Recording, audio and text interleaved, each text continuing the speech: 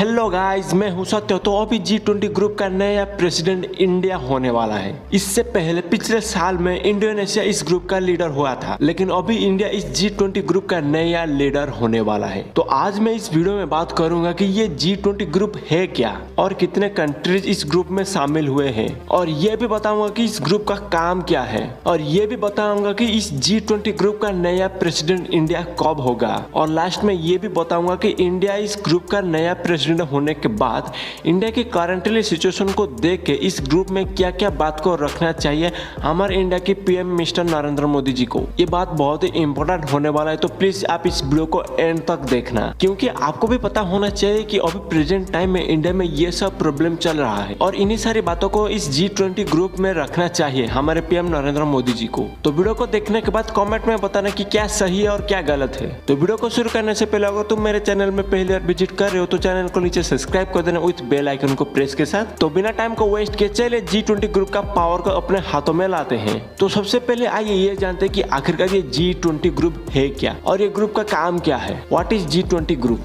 तो G20 यानी कि ग्रुप ऑफ 20, तो ये ग्रुप फ्यूचर की ग्लोबल इकोनॉमी की ग्रोथ एंड प्रोस्पेरिटी को ये ध्यान में रखता है। इस ग्रुप का मेन काम है कि कैसे इस ग्लोबल का इकोनॉमी को ग्रोथ किया जा सके, और ये ग्रुप बहुत ही बड़ा और बहुत ही पावरफुल है हो इसलिए क्योंकि इस दुनिया में जितने भी जीडीपी है उसमें सिर्फ ये ग्रुप 80% का कंट्रीब्यूशन करता है, और इस दुनिया में जितने भी व्यापार जितने भी बिजनेस होता है उसमें 75 का व्यापार इन्हीं ग्रुप की कंट्रीज के बीच में ही होता है, और इस दुनिया में जितने भी सारे लोग जितने भी पॉपुलेशन है उसमें 60% के लोग इस ग्रुप के कंट्री में रहते हैं। तो आप इससे सोच सकते हो कि ये ग्रुप कितना बड़ा है और कितना पावरफुल है। तो आइए अब बात करते हैं कि इस ग्रुप में आखिरकार कितने कंट्री है। तो इस G20 ग्रुप में 19 कंट्री और एक यूनियन है। तो वो 19 कंट्री के नाम क्या है मैं अभी बताता हूँ। Argentina, Australia, Brazil, Canada, China, France, Germany, India, Indonesia, Italy, Japan, Republic of Korea, Mexico, Russia, South Arabia, South Africa, Turki,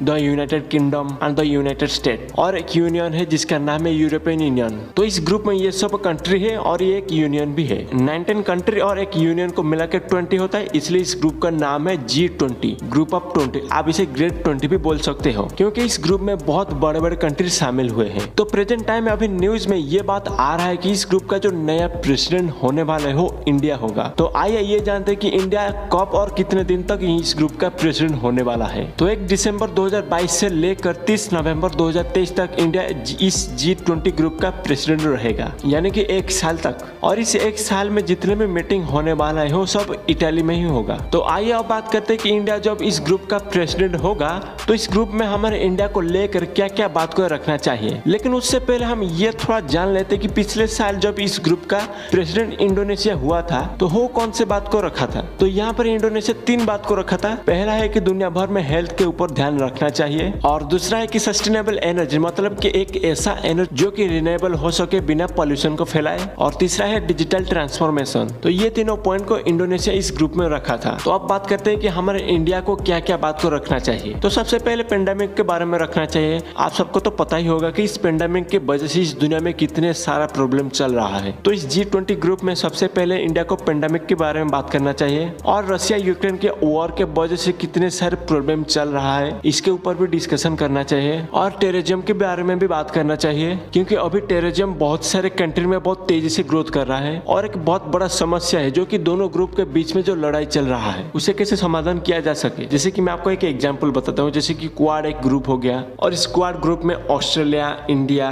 Japan और यूनाइटेड स्टेट है, और एक ग्रुप है SCO यानी कि शंघाई कॉर्पोरेशन ऑर्गेनाइजेशन, और इस ग्रुप में चाइना, इंडिया, रशिया और भी बहुत सारे कंट्रीज शामिल हुए हैं। तो यहाँ पर SCO ग्रुप से चाइना और क्वाड ग्रुप से ऑस्ट्रेलिया, तो इन दोनों के बीच में हमेशा ऊट पटांग चलता ही रहता है। तो इस दोनों ग्रुप के बीच में जो लड़ाई चल रहा है उसे कैसे शांत किया जा सके इसके ऊपर बात करना चाहिए, क्योंकि इंडिया यहाँ पर अगर ये बात को नहीं उठाएगा तो आने वाले टाइम में अगर इन दोनों ग्रुप के बीच में किसी कंट्री के बीच में अगर लड़ाई चल जाता है, जैसे कि चाइना और ऑस्ट्रेलिया के बीच में अभी थोड़ा सा कुछ उटपटांग चल रहा है, तो यहाँ पर फ्यूचर में इंडिया को प्रॉब्लम आ सकता है, क्योंकि इंडिया इस दोनों ग्रुप में से किसी एक ग्रुप को तो सपोर्ट नहीं कर सकता। तो कैसे इन दोनों ग्रुप के बीच में जो लड़ाई चल रहा है उसे कैसे शांत किया जा सके, इंडिया को इस G20 ग्रुप में इस बात को उठाना चाहिए। तो गाइस, इस G20 ग्रुप का नया प्रेसिडेंट इंडिया होने के बाद तो ये कुछ पॉइंट था जो कि इस ग्रुप में इंडिया को उठाना चाहिए। तो आपको क्या लगता है, कुछ और भी बात रखना चाहिए या फिर नहीं? कमेंट में अपना ओपिनियन जरूर बताना। तो गाइस, आज के लिए इतना है, हम फिर मिलेंगे नेक्स्ट एक वीडियो में। तो वीडियो अगर आप सबको अच्छा लगा है तो इसे